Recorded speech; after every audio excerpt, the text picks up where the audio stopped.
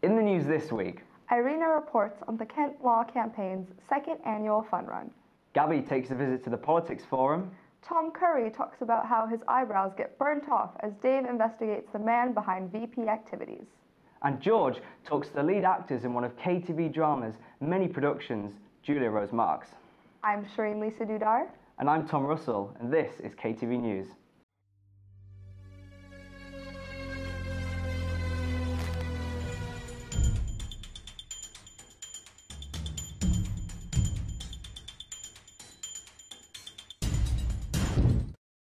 Hello and welcome to our special Halloween edition of KTV News. We've cleared out the skeletons, dusted away the spiders, and we're here to bring you the latest in student news from the University of Kent. Last weekend, the Kent Law Campaign continued on its $5 million fundraising mission with its second annual fun run. Here is Irina with a report on the day. Hello, my name is Irina Gnyausheva and this is KTV News. We are here today for the Kent Fun Run, a race organized by the Kent Law Campaign to help to raise money for the Kent Legal Clinic. The 5 kilometers fun run will be held around Canterbury campus. This is a very exciting event which requires lots of preparation. But overall, it's not only about training, it's about people who are here today to support the runners. The students from the Drama Society presenting their song from their show time after time. The Kent Society is showing their traditional dances. The Lord Mayor of Canterbury, Anne Taylor, is opening the event. Well, the legal service is very expensive, so a lot of residents just can't afford it. So with the law clinic, it helps them, but also with the students, it gives them hands-on experience of how to deal with people. So I know that you've all got to raise money for a new building, and this kind of event today will go towards raising that money for the new building.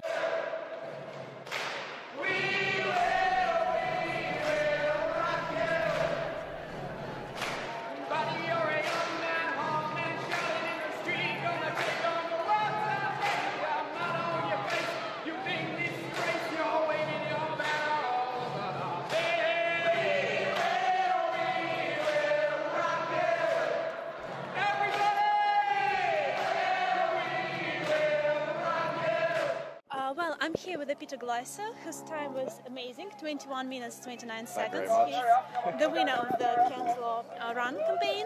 So Peter, why did you decide to participate in that run? Well, a friend of mine made me aware of this run, and I've been doing a lot of running the last year, so he convinced me to go and join. How much time did it take for you to train for the race? To tell you the truth, the training is sort of a weekly thing to do. I go to Circus, which is run by Mike at the Sports Center, so I would say he's the one to, whip me into shape for any type of event. The trophies will be presented for the fastest male, fastest female, and the best fancy dress. This was an incredible event. If you'd like to donate money, please visit Kent Law Campaign website for more information. This is Irina Gnyausheva, and this has been KTV News. Thank you for watching. Congratulations to Kieran, Stephanie and Peter, who all received awards from the Lord Mayor, and a huge well done to all those involved in the Kent Law Campaign who organised such a spectacular event. And on to our next story. Hi everyone, I'm Anna Manikian and I'm standing in front of Rutherford College, where every Monday at 12 takes place the Open Forum. It's organised by the School of Politics. Let's meet the moderator of the event, Dr. Philip Kenneth.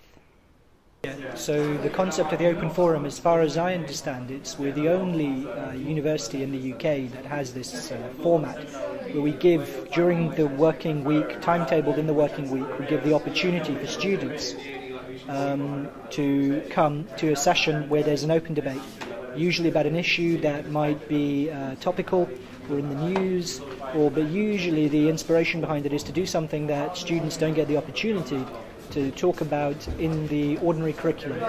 So it's a way for a much more open-ended debate that isn't the traditional lecture format, in which students get the opportunity to challenge what the speakers say, to put forward questions and to engage in a much more freewheeling and open-ended way than is available in the other traditional academic format that we have, or academic engagement that we have in the rest of the term and the rest of the timetable.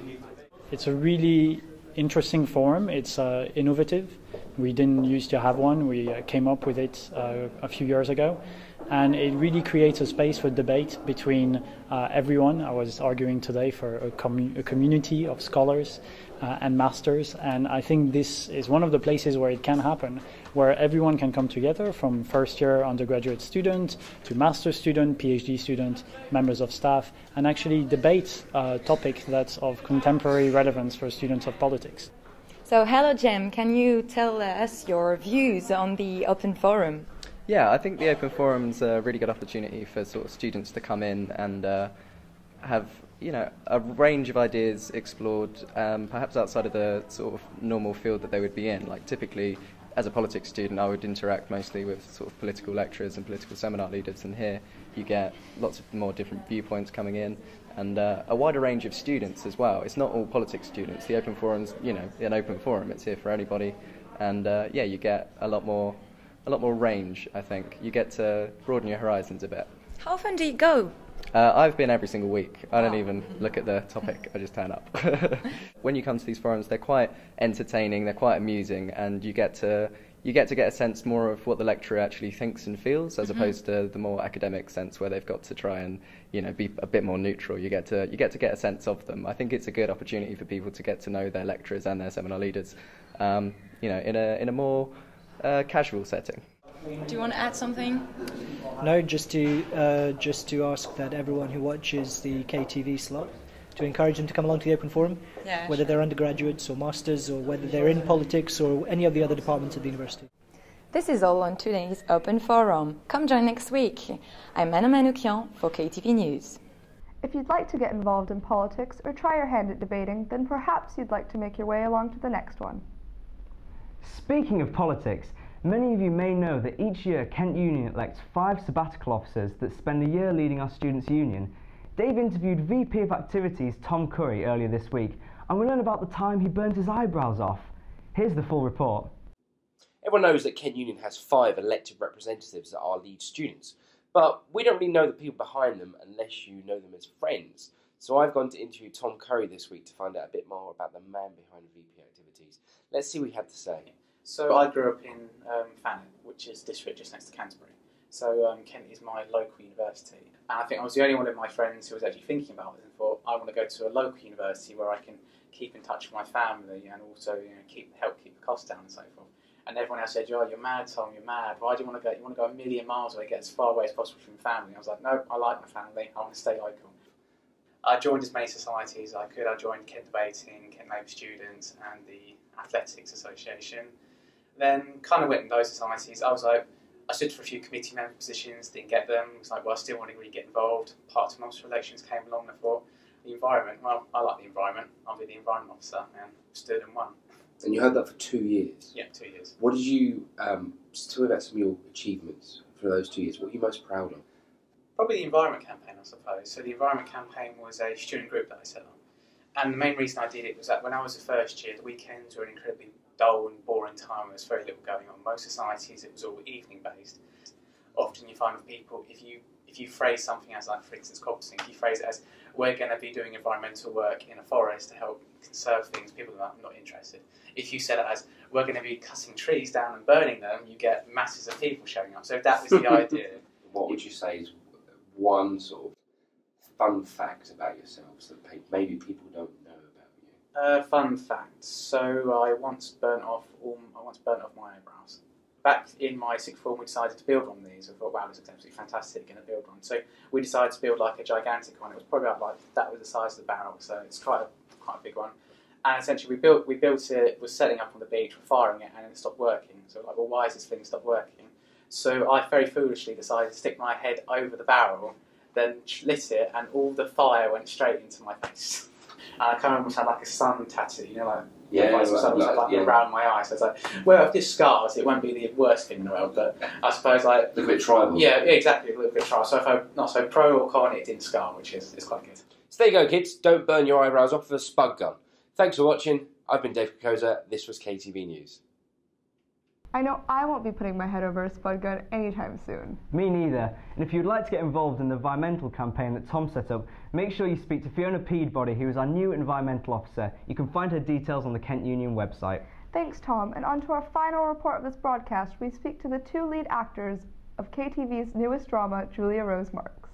I'm George Stiles with KTV. I'm here with Anne and Harry, two of the lead roles in Julia Rose Marks. Hi. Hi. So, could you start off by telling us a little bit about your parts? I play the part of Carter Phillips, who is the main guy in the film.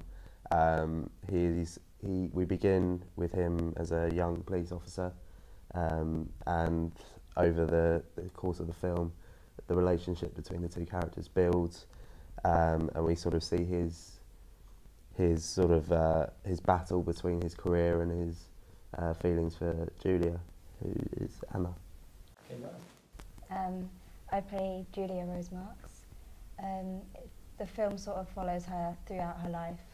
She goes from age 14 to age 39, and basically she encounters some negative things in her life where she gets, don't know how much I can say, but she experiences a lot of things which affects her emotionally. But at the same time, she also has feelings for Carter. I don't really know how much I can say, but... Yeah, we don't want to spoil the film. So, how did you get involved? Freshers' Fair. I signed up to audition. Didn't really expect much out of it. Was happy to just do sort of an extra part. Just wanted to get involved? I just wanted to get involved, yeah, do something practical alongside my course. Yeah. I found out through a friend that there were auditions happening, and so I just sort of turned up and hoped for the best. I didn't really have any expectations. I didn't really know how it was going to work and things like that. It's the first one I've ever auditioned for. But yeah, I'm happy I'm part of it now. Sounds like it's worked out well for both of you. Yeah.